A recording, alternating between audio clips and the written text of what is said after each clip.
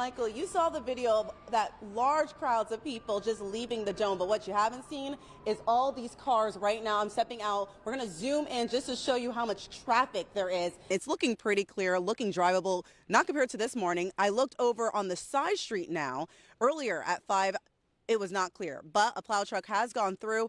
Berkshire Avenue is now pretty clear. I have been going back and forth from my car to back outside, but I keep on making sure to carry this mask due to this smoky air quality. It will be a busy weekend here in Central New York with many visitors here for graduation, as well as some people coming out to celebrate Mother's Day celebrations. Well, Matt, earlier around 5:30, I was here at the exact same location in Clinton Square, and the roads weren't looking that great, but now let's give you a glimpse as to what they look like right now. Roads are drivable, but they are still wet and slippery to be heading anywhere at fast speeds. Abby, we're told that the 31-year-old mother is 4 feet 10 inches tall and was wearing a hoodie when she entered the school on Friday morning, able to blend in, as the student district leaders tell us. Michael, just in the last hour, Manlius police say that 18-year-old Aman Hussan, as well as a 17-year-old and a 16-year-old, are all charged with stealing the swans and killing Faye. I love that picture. Brenly Ortiz was at work the night of January 16th. Her mom was making dinner and the recipe called for milk. So her daughter, Brexy Alley, offered to go get it from the convenience store that was only a few feet away from her home. She left, but she never returned. While Brenly was in the car on her way back home, she received a call from her eldest daughter telling her that Brexy was shot. Everything just stopped. I'm just so grateful with God that I didn't have no cars around me, because I can't remember if I stopped my car or if I pressed that gas. I don't know. I feel like everything just stopped, like in the movies. Brenly says Brexy was more than a daughter. She was a sister, a granddaughter, a best friend, an honor student, a mentor. She says the sad part about all of this is the fact her daughter wasn't the last child to be taken by the hands of gun violence. And that breaks her heart. I don't want it to be one more case when it's just done, filed, and it's put aside. I want my baby and all these kids' name to be out there and to be a reason for gun violence to stop. She appreciates the community's endless support during her family's hardest times, especially the kids who called Brexy their friend. She just wants to teach them that it's okay to cry and feel pain, but don't pay bad with bad, because that's what took her daughter away. I don't know if I'm a good example, and I'm trying to take that pain and transform it into something better. When a child hits their head here on the football field, in a soccer game, or even a hard hit in a car crash, it could be terrifying hours to see if they have a concussion and how bad it is. But a company here in Central New York is using similar science to COVID testing to diagnose a concussion with just a saliva test. That's part of what our technology is focusing on being able to do. Not just does somebody have a concussion, but what is their pathway to recovery? When are they safe to return to the field or return to work? A 7-year goal nearly to the finish line for Central New York startup Quadrant Biosciences and SUNY Upstate. The same COVID saliva testing technology they used to help during the pandemic will be used in a concussion test rolling out later this year. I'll believe it when I see it, but it feels amazing to be able to offer this product to our community. Scientists have been working on this saliva test since 2015. They were set back in the pandemic, but Perry says research partnerships with local businesses help make this possible. They'll be our first priority when we roll out this test later in 2023. A little bit on one side. About 15 times.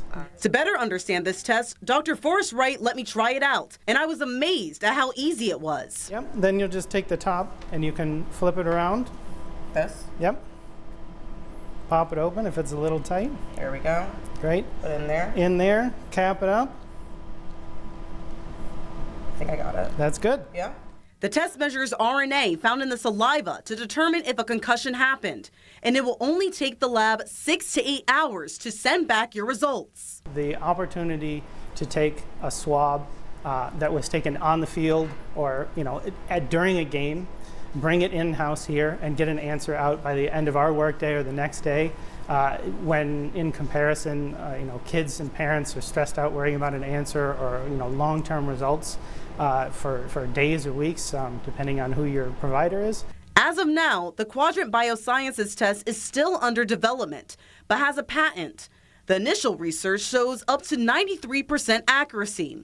I took this information over to a specialist who frequently diagnoses and treats concussions.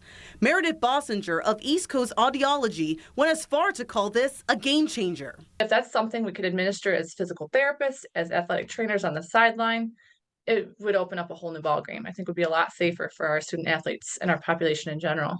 Bossinger says this takes the guesswork out of early diagnosis.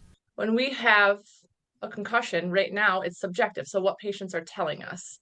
That can range from, like we said, people that are trying to embellish those symptoms versus people that are just trying to say they have no symptoms to get back. Despite the priority being on school-age kids right now, Quadrant Biosciences can see a wide range of use for this test. What is your feelings knowing that these tests can really help so many people in the long run? Yeah, so we're very excited to roll this out to upstate New York, but our ultimate goal is to try to get this to be a nationwide test. So right now we're identifying strategic partners to help scale this testing. Right now, the test is designed for people as young as the age of 10, and it's easy enough that anyone, a coach, a parent, a student athlete, can administer it. Reporting in Syracuse, I'm Allura Leggard. A cold front today bringing a quick couple of inches of snow here to central New York. Good Wednesday morning to you. I'm Lisa Spitz. And I'm Allura Leggard. For more weather alert details, let's go to Weather Authority meteorologist Sam Postich with your bus stop forecast. Good morning, Sam. Good evening, everyone, and welcome to the news at 11. I'm Allura Leggard. Thank you for staying up with us after the game. Today, Syracuse football kicked off their season with a win over the Colgate Raiders, and we have team coverage for you tonight. As the air quality levels dipped into hazardous territory today, many health experts are saying wearing a mask is something to seriously consider. Time right now is 6:20. We are outside on the weather deck, and Sam, we were just saying we're a little spoiled right now because it was warm before. And now it's snowing. No. And I'm just not a fan of it. Oh. Good evening, I'm Allura Leggard. Michael has the night off. Tonight, we're hearing from the police agency in charge of enforcing Liverpool's new big rig truck ban. They say it's working. Tonight, we're looking back on Black History Month and taking a look at the hidden gems in our community. Good evening, everyone. I'm Allura Leggard. I'm Michael Benny. This used to be celebrated for 1 week, but since 1976, it's been a month. Josh, when I was driving, I actually needed to wear my sunglasses today. Cheers. Cheers. All right. Like this. Yeah? Uh-huh. Okay. Looking we'll put ours on, right? Looking a little fashionable right now. City Oswego campus police say they are conducting an investigation after a freshman reported he's experiencing homophobic threats and behavior at the school. When it comes to cancer survival, early detection is key, but that could be almost impossible for women with ovarian cancer. I'll tell you one thing, people are going to make sure that they're keeping warm and okay. And those cool temperatures are not going to stop anyone from getting those candy bars. Send it back over to you. I'm going to calm myself down a little bit. Reporting in Lakeland tonight, I'm Allura Leggard. Queen Bee. Officials are also asking drivers to move over on the roads for these plow drivers so they do have room because they are driving below the speed limits on the highways. Reporting in Oswego, I'm Allura Leggard. I'm going to go back inside now so I can stay warm, Sam. If you weren't able to attend tonight's concert for Jazz in the City, there are plenty of opportunities to listen to some amazing bands and musicians all the way until August 17th. And the rest of those dates and venues for those concerts will be on our website at cnycentral.com.